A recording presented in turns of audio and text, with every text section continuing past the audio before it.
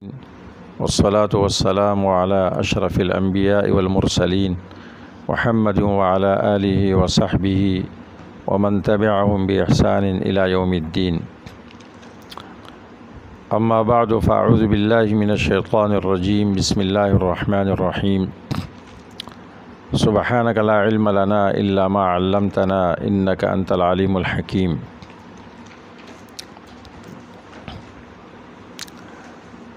اللہ تعالیٰ کی سب سے بڑی نعمت فہم قرآن ہے.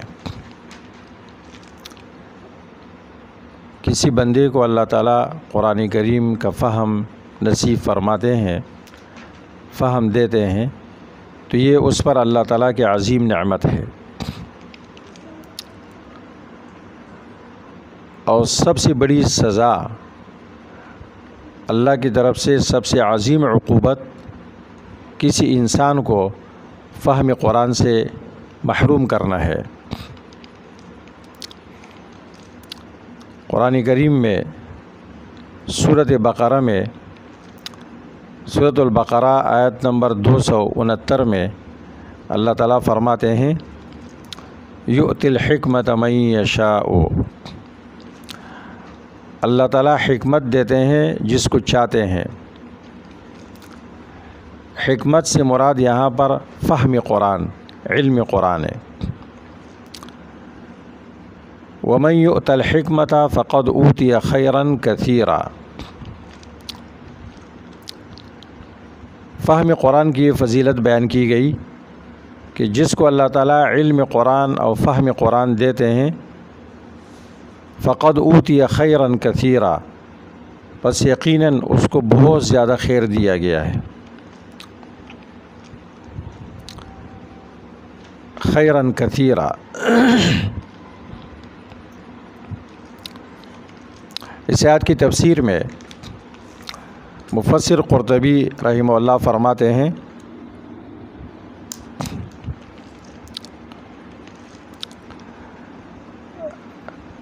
یقال ان من اعطی الحکمہ والقرآن فقد اعطی افضل ما اعطی من جمع علم کتب الاولین من الصحف وغیرہ. کہتے ہیں جس شخص کو قرآن کا علم دیا گیا، حکمت دی گئی، تو اس کو افضل وہ چیز دی گئی، افضل جو شخص سابقہ کتابوں کے علوم کو جمع کرے. گویا کہ شخص نے سابقہ تمام کتابوں کے علوم کو جمع کیا. کیوں؟ دلیل یہ پیش کرتے ہیں لِأَنَّهُ قَالَ لِأُولَئِكَ وَمَا أُوتِيتُم مِّنَ الْعِلْمِ إِلَّا قَلِيلًا. بنی اسرائیل آیت نمبر 85. یہودیوں سے اور سابقہ اہلی کتاب سے اللہ تعالیٰ نے ارشاد فرمایا کہ تمہیں تو بہت کم علم دیا گیا ہے، تمہیں بہت کم علم دیا گیا ہے. اور وَسَمَّى هَذَا خَيْرًا كَثِيرًا، اور علم قرآن کو خیر کثیر کہا گیا ہے. لِأَنَّ هَذَا هُوَ جَوَامِعُ الْكَلِمِ، اس لیے کہ قرآن کریم یہ جوامع الکلم ہے. کیا مطلب؟ مفسرین لکھتے ہیں کہ القرآن یعطیک معان غیر محدودہ فی کلمات محدودہ. قرآن کریم آپ کو محدود کلمات میں غیر محدود معانی عطا کرتا ہے. اس کا ایک ایک کلمہ علم کا سمندر ہے، اور قرآن کریم علم کا وہ سمندر ہے جس کا کوئی ساحل نہیں ہے. ایک ایک کلمے کے اندر وہ گہرائی ہے اور علم کے وہ خزانے ہیں جو دوسری کتابوں میں موجود نہیں ہے. القرآن یعطیک معان غیر محدودہ فی کلمات محدودہ. محدود کلمات میں آپ کو غیر محدود علم اور معنی عطا کرتا ہے.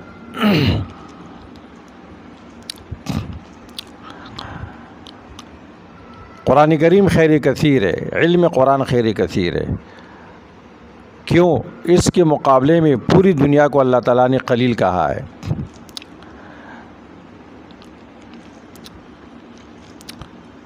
وقال بعض الحکماء، قرطبی لکھتا ہے وقال بعض الحکماء من اعطی العلم والقرآن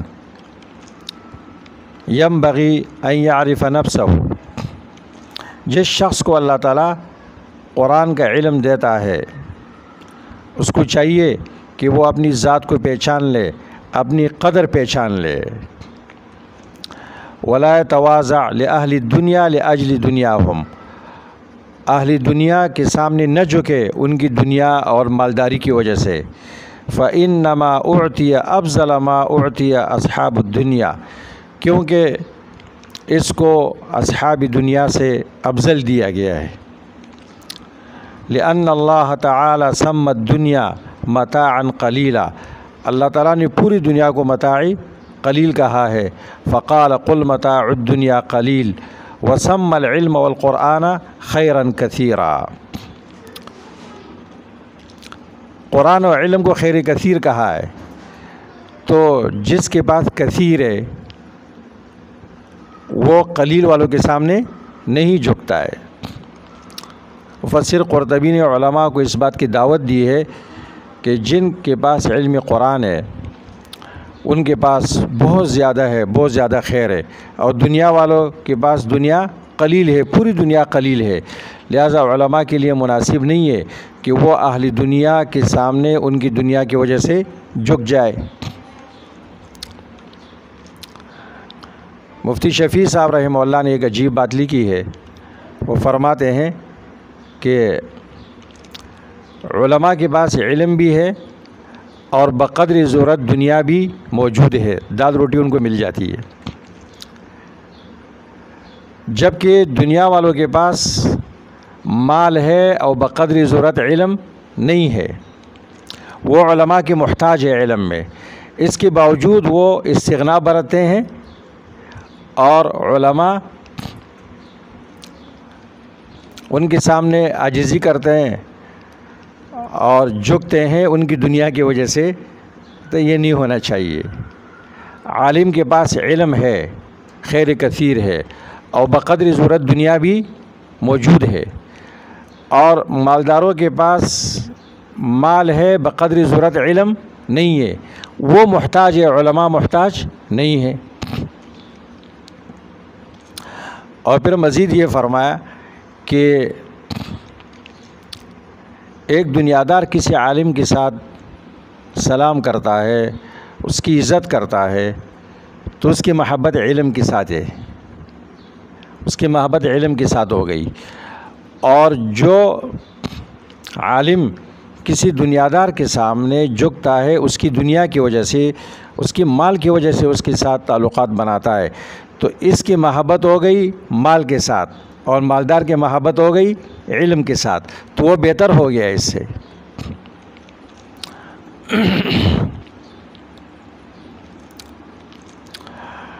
قرآن کریم خیر کثیر ہے۔ سورۃ کوثر میں اللہ تعالیٰ فرماتے ہیں انا اعطیناک الکوثر فصلی لربک وانحر ان شانئک هو الابتر۔ یہ چھوٹی سی سورت ہے، اس میں اللہ کیا فرماتے ہیں؟ دو چیزیں میرے لیے کرو اور میں تمہارے دو کام کر دوں گا۔ فصلی لربک وانحر، وانحر لربک، نماز پڑھو اپنے رب کے لیے، اور وانحر لربک، قربانی کرو، مالی و بدنی عبادتیں اللہ کے لیے خاص کرو۔ میں کیا کروں گا؟ خیر کثیر دے دوں گا، انا اعطیناک الکوثر، اور نمبر دو تمہارے دشمن کو ہلاک کر دوں گا، ان شانئک هو الابتر۔ اب قرآن کریم خیر کثیر ہے۔ انا اعطیناک الکوثر، الکوثر خیر کثیر، ومن یؤت الحکمۃ فقد اوتی خیرا کثیرا، اور انا اعطیناک الکوثر، پیغمبر کو اللہ نے خیر کثیر دیا۔ خیر کثیر ایک دنیا میں ہے، ایک آخرت میں ہے۔ دنیا کا خیر کثیر قرآن کریم ہے، اور الکوثر قیامت کے دن وہ حوض کوثر ہے جس سے اللہ کے رسول صلی اللہ علیہ وسلم پانی پلائیں گے۔ جو دنیا میں اس حوض کوثر سے سیراب ہوگا قرآن کریم سے، تو وہ مستحق بنے گا کہ وہاں اللہ کے رسول کے ہاتھ سے پانی پیے۔ اب اس خیر کثیر کی وجہ سے رسول اللہ کے ساتھ دشمنی کی گئی، تو ان شانئک هو الابتر، تو اللہ نے وعدہ کیا کہ تیرے دشمنوں کی نسلیں ختم کر دوں گا۔ آج نہ ابو جہل کی نسل ہے، نہ ابو لہب کی نسل ہے، اور نہ عتبہ شیبہ کی نسل ہے۔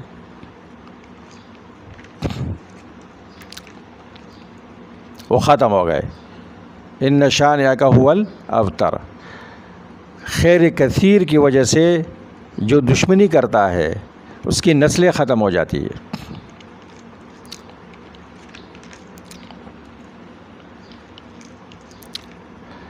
اس لیے بعض اہل علم نے یہ بات لکھی ہے کہ جو عالم قرآن کریم کی خدمت کرتا ہے، قرآن بیان کرتا ہے، اور اہل بدعت یا اہل حق کوئی بھی عالم ہو جو اس کی مخالفت کرتا ہے، اس کو بدنام کرنے کی کوشش کرتا ہے، لوگوں کو روکتا ہے،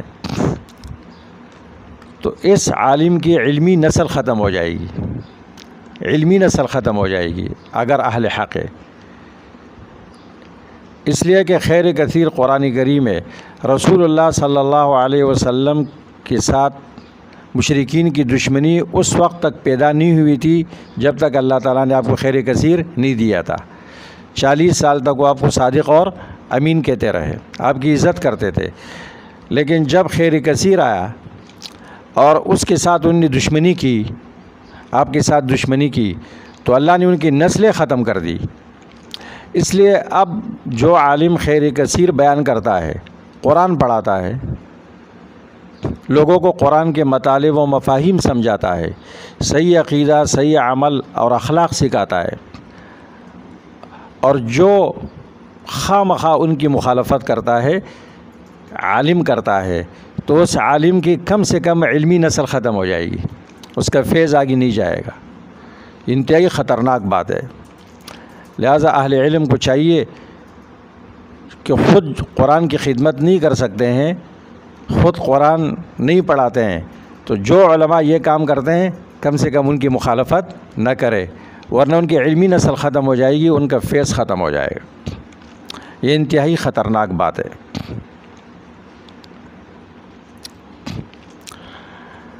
اللہ تعالیٰ کی سب سے بڑی نعمت بندے پر کیا ہے؟ فہم قرآن۔ اور دلیل یہ آیت ہے، یؤتی الحکمت من یشاء ومن یؤت الحکمت فقد اوتی خیرا کثیرا۔ اور سب سے بڑا عذاب کیا ہے؟ فہم قرآن سے اس کا محروم ہونا۔ اس کی دلیل سورۃ اعراف کی آیت 146 نمبر آیت ہے، سأصرف عن آیاتی الذین یتکبرون فی الارض بغیر الحق۔ سأصرف عن آیاتی، مفسر قتادہ رحمہ اللہ فرماتے ہیں سأصرف عن فہم آیاتی، اپنے آیتوں کے فہم سے میں ان کو روک دوں گا۔ ابن عیینہ فرماتے ہیں سأنزع فہم آیاتی، سأنزع منہم فہم آیاتی، قرآن کی فہم ان سے چھین لوں گا۔ یہ بہت بڑا عذاب ہے کہ ایک شخص سے قرآن کریم کا فہم چھین لیا جائے، کیونکہ سب سے بڑی سعادت کیا ہے؟ قرآن کریم کا صحیح فہم ہے۔ قرآن کریم کی صحیح فہم سے انسان کو دنیا و آخرت کی بھلائیاں ملتی ہے، دنیا و آخرت کی سعادتیں اس کے مقدر بن جاتی ہے، اور اس سے محرومی دنیا و آخرت میں اس کی ذلیل ہونے کا سبب ہے۔ سأصرف عن آیاتی الذین یتکبرون فی الارض بغیر الحق۔ اس کی دوسری دلیل سورۃ محمد 16 نمبر آیت، سورۃ محمد آیت نمبر 16، وَمِنْهُمْ مَن يَسْتَمِعُ إِلَيْكَ۔ منافقین کے بارے میں یہ آیت ہے۔ فہم قرآن سے محرومی یہ اللہ کا عذاب ہے۔ تو علماء لکھتے ہیں کہ اس لیے منافقین سب سے زیادہ قلیل فہم والے اور بیوقوف شمار کیے جاتے ہیں، کیونکہ وہ قرآن سے دور تھے، قرآن سمجھنا نہیں چاہ رہے تھے۔ تو ان کے بارے میں اللہ فرماتے ہیں وَمِنْهُمْ مَن يَسْتَمِعُ إِلَيْكَ۔ ان میں بعض وہ ہے پیغمبر جو آپ کی طرف کان لگا کر بیٹھتے ہیں، آپ کی مجلس میں بیٹھتے ہیں، لیکن سمجھنے کے لیے نہیں۔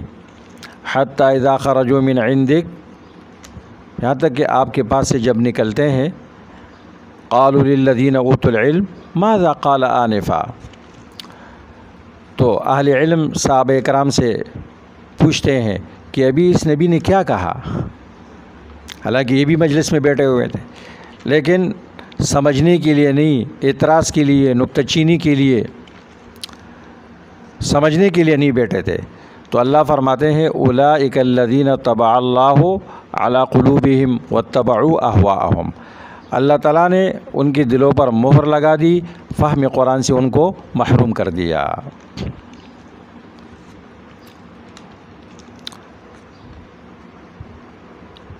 منافقین نے کیا کہا تھا؟ لا تنفقوا علی من عند رسول اللہ حتی ينفضوا وَلِلَّهِ خَزَائِنُ السَّمَاوَاتِ وَالْأَرْضِ وَلَكِنَّ الْمُنَافِقِينَ لَا يَعْلَمُونَ۔ أَفَلَا يَتَدَبَّرُونَ الْقُرْآنَ أَمْ عَلَى قُلُوبٍ أَقْفَالُهَا، تو ان کے دلوں پر تالے لگے ہوئے تھے، فہم قرآن سے اللہ نے ان کو محروم کیا۔ علامہ ابن قیم رحمہ اللہ فرماتے ہیں، ان کی عبارت یہ ہے، فرماتے ہیں فما اشدها من حسرة واعظمها من غبنة على من افنى اوقاته في طلب العلم ثم يخرج من الدنيا وما فهم حقائق القرآن وما باشر قلبه اسراره ومعانيه۔ فرماتے ہیں کتنی سخت حسرت کی بات ہے اور کتنا عظیم غبن ہے، خسارہ ہے اس شخص کے لیے جو عام آدمی کے لیے نہیں، اس عالم کے لیے افنا اوقاتہ فی طلب العلم، جس نے اپنے اوقات کو طلب علم میں صرف کیا، خرچ کیا، 8 سال 10 سال 12 سال، لیکن پھر ثم یخرج من الدنیا، پھر دنیا سے بیچارہ اس حال میں نکلا کہ وما فہم حقائق القرآن، قرآن کے حقائق کو نہیں سمجھ سکا، ولا باشر قلب و اسرارہ، اور نہ اس کے دل میں قرآن کے اسرار اور معانی کا تعلق رہا، بس ساری زندگی اس نے صرف میں صرف کر دی، نحو میں محو کر دی، اور علوم فنون جو خدام القرآن ہے وہ پڑھ کر ان کی خدمت کرتا رہا۔ ٹھیک ہے، نیت صحیح ہو تو اس کی بھی ثواب ملے گا اس کو، لیکن مقصد تو فہم قرآن ہے۔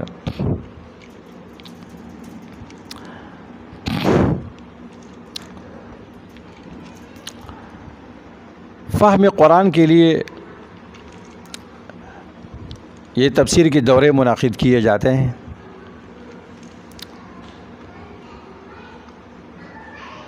اب یہ دورے کیا ہے؟ دورے تفسیر قرآن، اس کی کیا اہمیت ہے،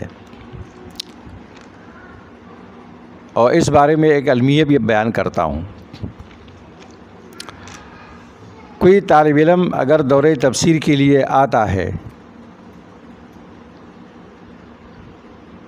تو یہ اس کے لیے ایک عظیم انعام ہے اللہ کی طرف سے، کیونکہ جو دورہ تفسیر کے لیے پہنچتا ہے وہ بیچارہ کئی مراحل سے گزر کر یہاں پہنچتا ہے، اس لیے کہ دورہ تفسیر قرآن جو فہم قرآن کا ذریعہ ہے، اور فہم قرآن دنیا و آخرت کے تمام بلائیوں کا ذریعہ ہے، اس سے بڑا خیر دنیا میں نہیں ہے۔ تو اس کے سامنے کچھ رکاوٹیں بھی آتی ہے، کچھ موانع ہے، کچھ عوائق بھی آتی ہے۔ ایک طالب علم بیچارہ اگر ارادہ کرتا ہے کہ میں دورہ تفسیر پڑھنے کے لیے جاتا ہوں، تو سب سے پہلے اس کے سامنے رکاوٹ کون سی پیش آتی ہے؟ ان کے بعض محترم اساتذہ اکرام، عام لوگ نہیں، ان کے بعض محترم اساتذہ یہ کہہ کر ان کو روکتے ہیں کہ جب پورا سال آپ قرآن کو نہیں سمجھے تو 40 دن یا 35 دن میں آپ قرآن کو کیا سمجھیں گے؟ انا للہ و انا الیہ راجعون۔ حالانکہ یہی طالب علم اگر استاد سے مشورہ کرتا ہے کہ میں دورہ صرف پڑھنے جاتا ہوں، تو وہاں یہ استاد کبھی یہ نہیں کہتا ہے کہ جہاں 1 سال آپ نے صرف کو نہیں سمجھا تو 40 دن میں آپ صرف کو کیا سمجھیں گے، یہ نہیں کہتا ہے، بلکہ شاباش دیتا ہے، شاباش بیٹا جاؤ صرف پڑھو۔ اگر وہ طالب علم نحو کی دوری کے لیے مشورہ کرتا ہے تو اس کو شاباش دی جاتی ہے، اور کبھی وہ استاد اسے یہ نہیں کہتا ہے کہ جہاں 1 سال آپ نحو نہیں سمجھے پورا سال، تو آپ 40 دن میں کیا نحو سمجھ لیں گے۔ یعنی اس کے لیے ماہرین کو بھی مانا جاتا ہے، اس کے لیے دوروں کی ضرورت بھی سمجھی جاتی ہے، لیکن افسوس کی بات ہے کہ اگر ضرورت نہیں ہے تو قرآن کی تفسیر کی دوری کی ضرورت نہیں ہے۔ اگر کسی ماہر کو تسلیم نہیں کیا جاتا ہے تو قرآن کے ماہر کو تسلیم نہیں کیا جاتا ہے۔ یہ سارے نہیں، بعض حضرات یہ کرتے ہیں، اور ہمیں اس لیے پتہ چلتا ہے کہ جو طالب علم بیچارہ بچ کے آتا ہے، مختلف موانع سے مشکل سے یا پہنچتا ہے، تو وہ بیچارہ اپنا کہانی سناتا ہے کہ فلاں حضرت نے مجھے روکا، فلاں امام صاحب نے مجھے روکا، فلاں پیر صاحب نے مجھے روکنے کی کوشش کی، اور مجھے دوسری ترغیبات دی گئی، لیکن مشکل سے میں بچ کر یہاں پہنچ گیا۔ لہٰذا یہ نہیں ہونا چاہیے۔ یہ تو مسلم ہے کہ جو تخصصات ہوتے ہیں، حدیث میں تخصص کیا جاتا ہے، فقہ میں کیا جاتا ہے، دیگر علوم میں کیا جاتا ہے، اس طرح قرآن کریم کی بھی تخصصات ہے، اور یہ دورے یہ بہت برکت والا عمل ہوتا ہے، اور اس میں سال بھر سے زیادہ پڑھائی ہوتی ہے۔ مثلا مدرسے میں قرآن کریم کا جو گھنٹہ ہوتا ہے 1 گھنٹہ ہوتا ہے اور 10 پاروں کا ہوتا ہے، وہ ایک منہج ہے، اس کا اپنا فائدہ ہے۔ طالب علم 3 مرحلوں میں 10 پارے پڑھ لیتا ہے، لیکن اس کا وقت اور دورانیہ اس سے کم ہوتا ہے۔ اگر 40 منٹ یا 1 گھنٹے کے حساب لگا لیا جائے چھٹیوں کو نکال کر، اور یہاں جہاں بھی دورہ تفسیر ہوتا ہے وہاں 5 گھنٹے کم سے کم یا 4 گھنٹے پڑھائے جاتے ہیں، 4 گھنٹے یا 5 گھنٹے، 5 کو ضرب دیے 40 میں، اور پھر اس کا حساب، اس کا موازنہ سال بھر کے اس سے کیا جائے تو یہ اس سے زیادہ بن جاتا ہے۔ اور پھر ایک طالب علم احساس کے ساتھ آتا ہے اور قرآن کریم کو بڑی اہمیت کے ساتھ سیکھتا ہے۔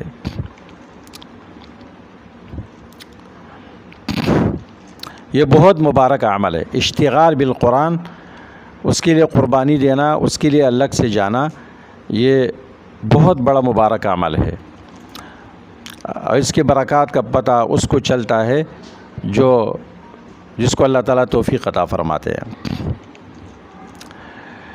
اس میں کیا ہوتا ہے، 40 دن میں یا 35 دن میں کوئی شیخ القرآن نہیں بنتا ہے۔ ایک ہے تفسیر قرآن اور ایک ہے تدبر قرآن۔ تدبر قرآن ہر مسلمان کا حق ہے، بلکہ کافر کا حق ہے۔ اللہ تعالیٰ نے کافروں کو دعوت دی ہے کہ وہ قرآن کریم میں تدبر کیوں نہیں کرتے ہیں۔ افلم یدبروا القول افلا یتدبرون القرآن افلا یتدبرون القرآن ام علی قلوب أقفالها أفلا يتدبرون القرآن ولو كان من عند غير الله لوجدوا فيه اختلافا كثيرا۔ کافر کو اللہ نے دعوت دی ہے، اور قرآن کریم کا مقصد ہے تدبر کرنا، کہ اس میں تدبر کیا جائے۔ ہر مسلمان یہ چاہتا ہے، اور پھر طالب علم تو 100 مرتبہ یہ چاہتا ہے کہ وہ قرآن کریم کے اندر ماہر ہو جائے، کیونکہ عالم اس کو کہتے ہیں جو قرآن و حدیث کا ماہر ہو۔ اب قرآن میں وہ تدبر کیسے کرے گا؟ تدبر کے وہ طریقے کیا ہے؟ ہر آدمی مفسر نہیں بن سکتا ہے، کیونکہ مفسر کے لیے الگ علوم ہے جو ہم اصول میں بیان کریں گے انشاءاللہ۔ کتنے علوم میں اس کے لیے مہارت ضروری ہے، لیکن تدبر کے لیے ضرورت نہیں ہے، لیکن تدبر کے طریقے ہیں۔ یہ قرآن کریم میں تدبر کیسے کرے گا؟ قرآن کریم کی تعریف کیا ہے قرآن میں؟ فہم قرآن کی اہمیت قرآن میں کیا ہے؟ قرآن کریم کے اسماء کیا ہے؟ اور قرآن کریم کے حکمت نزول وہ کون سے مقاصد ہے جس کے لیے اللہ تعالیٰ نے قرآن کریم کو نازل کیا ہے، اور قرآن کریم کی کون سی آیتوں میں وہ ہے؟ پھر اس کے بعد قرآن کریم کی بنیادی مضامین کیا ہے؟ مضامین قرآن، کیونکہ مکمل قرآن یہ ایک کلمے کی طرح ہے اور ایک دوسرے کے ساتھ مربوط ہے۔ اب اگر طالب علم کو بنیادی مضامین معلوم نہیں ہے کہ قرآن کریم کی صورتیں 2 قسموں کی طرف منقسم ہے، مکی اور مدنی کی طرف۔ مکی صورتوں میں کون سا مضمون بیان ہوتا ہے، مدنی صورتوں میں کون سا مضمون بیان ہوتا ہے؟ مکی صورتوں میں خطاب کس سے ہے، انداز کیا ہے، اور مدنی میں خطاب کس سے ہے اور انداز کیا ہے؟ یہ اگر اس کو معلوم نہیں ہوتا ہے تو وہ بیچارہ پھر ترجمہ کرتا ہے، کہتے ہیں اللہ فرماتے ہیں، اللہ فرماتے ہیں، لیکن آیت کا عنوان اس کو معلوم نہیں ہوتا ہے۔ تو بنیادی مضامین اور ان مضامین کے درمیان ربط اس کو آ جاتا ہے۔ قرآن کریم اپنی مدعا کو کیسے ثابت کرتا ہے؟ اس کے لیے دلائل پیش کیے جاتے ہیں۔ دلیل کی کتنی اقسام ہے؟ قرآن کریم میں قسم ہے، قسم کا کیا مطلب ہوتا ہے، اور اس کی کتنی قسمیں ہیں قرآن کریم میں؟ قرآن کریم میں مثالیں ہیں، مثال کا کیا مقصد ہوتا ہے، اور مثال کا سمجھنا کتنا اہم ہے، اس کی اہمیت اللہ نے کیا بیان کی ہے؟ قرآن کریم میں قصے ہیں، تو قصوں کا کیا مقصد ہے، اور ہر قصے کے اپنے اپنے مقاصد ہیں۔ اس طرح وہ طالب علم قرآن سے استفادہ کرنے میں علی وجہ البصیرت ہو جاتا ہے۔ جب وہ قرآن کھول کے تلاوت کرتا ہے تو وہ سمجھتا ہے، پہلے تو وہ معلوم کر لیتا ہے کہ اس سورت کا بنیادی مضمون یہ ہے۔ میں سورت فاتحہ پڑھ رہا ہوں، یہ قرآن کا متن ہے، اس میں پورا قرآن کس طرح ہے؟ میں اعوذ باللہ پڑھتا ہوں، اعوذ باللہ کا کیا مقصد ہے؟ میں بسم اللہ پڑھتا ہوں، بسم اللہ میں میرے لیے کیا تعلیم ہے؟ میں فاتحہ پڑھتا ہوں، میں پوری قرآن کا خلاصہ پڑھتا ہوں، تو اس میں میرے لیے کیا تعلیم ہے؟ اور پھر اس آیت کا عنوان کیا ہے؟ پہلی آیت کا عنوان کیا ہے؟ دوسری آیت کا عنوان کیا ہے؟ تیسری آیت کا عنوان کیا ہے؟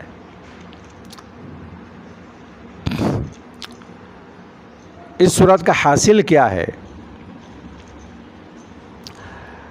اور اس سورت کے خصوصیات کیا ہے؟ کیونکہ ہر سورت کے اندر ایسی خصوصیات ہوتی ہے جو اس سے پہلے والی سورت میں نہیں ہوتی۔ جو بات بقرہ میں ہے وہ آل عمران میں ہے، تو آل عمران کو نازل کرنے کی کیا ضرورت تھی؟ اب ضروری ہے نا کہ آل عمران میں ایسی باتیں ہیں جو بقرہ میں نہیں ہیں، اس کا جاننا لازمی ہے۔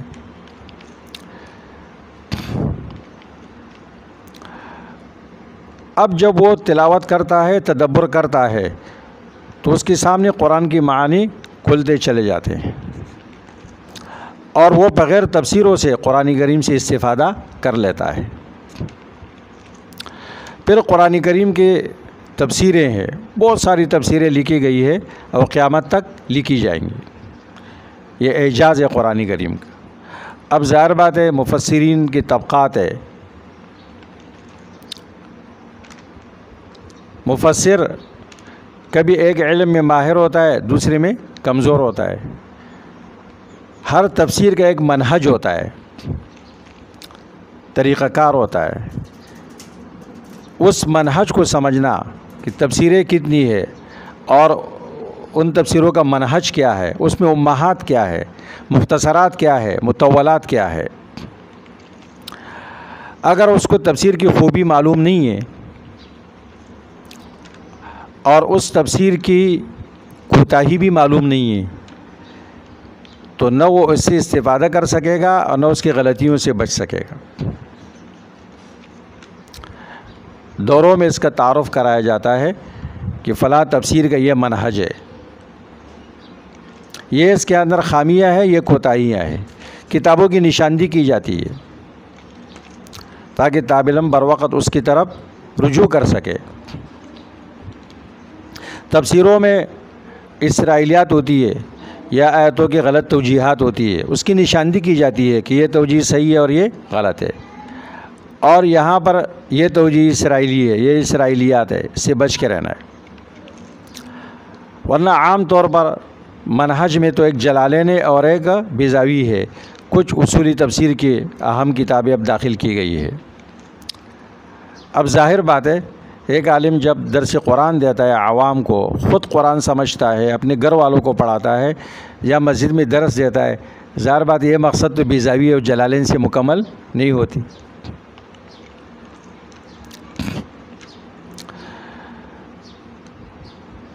تو اس لیے جو عالم یہ دورہ پڑھ لیتا ہے، جو طالب علم پڑھ لیتا ہے، جو نہیں، بعض حضرات یوں کہہ کر اس کی اہمیت کو گھٹاتے ہیں، یا دورہ تفسیر پڑھنے کی کیا ضرورت ہے، جو کچھ ہے تفسیروں میں لکھا ہوا ہے۔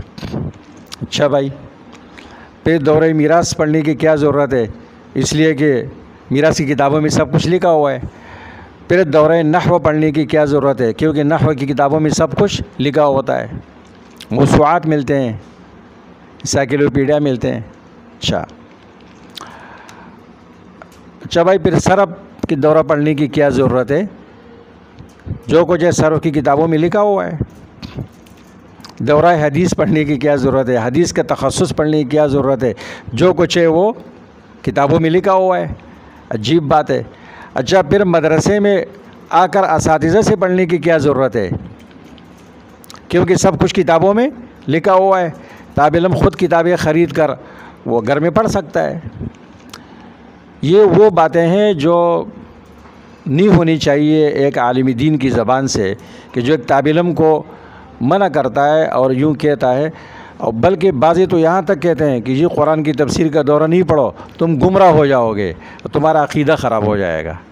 انا للہ و انا الیہ راجعون۔ اگر قرآن سے عقیدہ خراب ہوتا ہے تو پھر ہدایت کہاں سے ملے گی اس کو؟ ان ھذا القرآن یہدی للتی ہی اقوم۔ لہذا طالب علم ساتھیوں کو چاہیے کہ وہ یہ ان حضرات کی کمزوری سمجھ کر اس کو نظر انداز کرے، ان کے لیے اللہ سے ہدایت کی دعا کرے، اللہ تعالیٰ ان کو ہدایت دے۔ پتہ نہیں قرآن کے ساتھ کیا دشمنی ہے لوگوں کی۔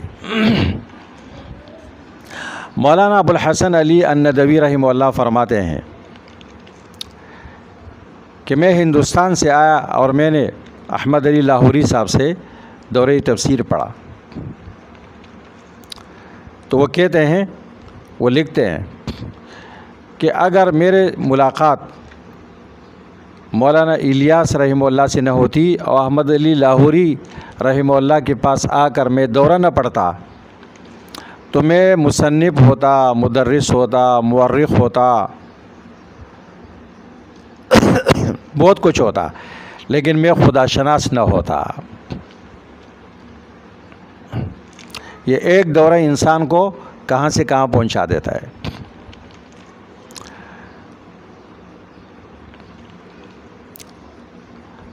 عبداللہ بن مبارک رحمہ اللہ ایک عظیم انسان ہے، محدث کبیر ہے، مجاہد کبیر ہے۔ فرماتے ہیں لولا ان اللہ اعاننی بأبی حنیفۃ وسفیان الثوری لکنت کسائر الناس۔ اگر اللہ تعالیٰ میری مدد امام ابو حنیفہ اور سفیان الثوری جیسے اساتذہ کے ذریعے نہ کرتا تو میں ایک عام آدمی ہوتا. تو پتہ چلا کہ علوم کے ماہرین علماء جو جس علم کے ماہر ہے ان سے بہت زیادہ فائدہ ہوتا ہے اور انسان بہت اونچا چلا جاتا ہے. پہلے زمانے میں علماء مخلص تھے، وہ طلباء کو ترغیب دیتے تھے کہ آپ جاؤ قرآن کریم کی تفسیر پڑھو. احمد علی لاہوری صاحب کے پاس جا کے تفسیر پڑھو.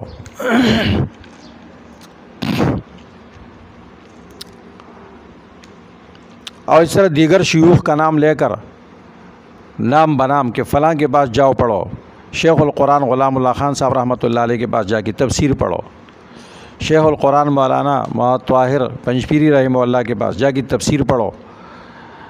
اس طرح دیگر علماء کا نام لیتے تھے اور طلبہ جا کے پڑھ لیتے تھے. ہمیں بھی اساتذہ نے ترغیب دی، درجہ خامسہ سے لے کر دوری تک ہم پڑھتے رہے. اللہ ان کو جزائے خیر ادا فرمائے. تو یہ معمولی کام نہیں ہے، یہ عظیم کام ہے، اور اللہ تعالیٰ ہمیں اس کی قدر کرنے کی توفیق عطا فرمائے. اور قدر یہ ہے کہ ہم پابندی کے ساتھ اس میں شرکت کریں. بیاض والا قرآن ہونا چاہیے، قلم بھی آپ کے پاس اور کاپی، اور بروقت حاضری، یہ سب چیزیں ہونی چاہیے. مقصد صرف اور صرف قرآن کریم کو سمجھنا ہے، اپنی اصلاح کے لیے اور اپنے گھر والوں کی اصلاح کے لیے اور دوسرے مسلمانوں کے اصلاح کے لیے. کیونکہ تبلیغ علماء کا کام ہے، انبیاء کا کام تھا. یا ایھا الرسول بلغ ما انزل الیک من ربک، بلغ ما انزل، پہنچاؤ ما انزل، اور بلغوا عنی ولو آیا، ولو آیا، ایک آیت کیوں نہ ہو. علماء لکھتے ہیں بلغوا عنی ولو آیا، اس میں تکلیف ہے، تشریف ہے اور تخفیف ہے. بلغوا عنی، بلغوا تکلیف ہے، آپ کو مکلف بنایا، پہنچاؤ. عنی یہ تشریف ہے، میرے طرف سے، میرے طرف سے، تو میرے نائب ہو. ولو آیا تخفیف ہے، یہ زیادہ نہیں کر سکتے، ایک آیت ہی پہنچا دو. تو کل سے انشاءاللہ 8 بجے ہم شروع کریں گے، اور جن ساتھیوں کا ارادہ ہے وہ 8 بجے پہنچ جائے. 8 بجے سے سبق شروع کریں گے. اس کا مقصد یہ ہے کہ آپ 7:45 بجے تک لازمی پہنچے.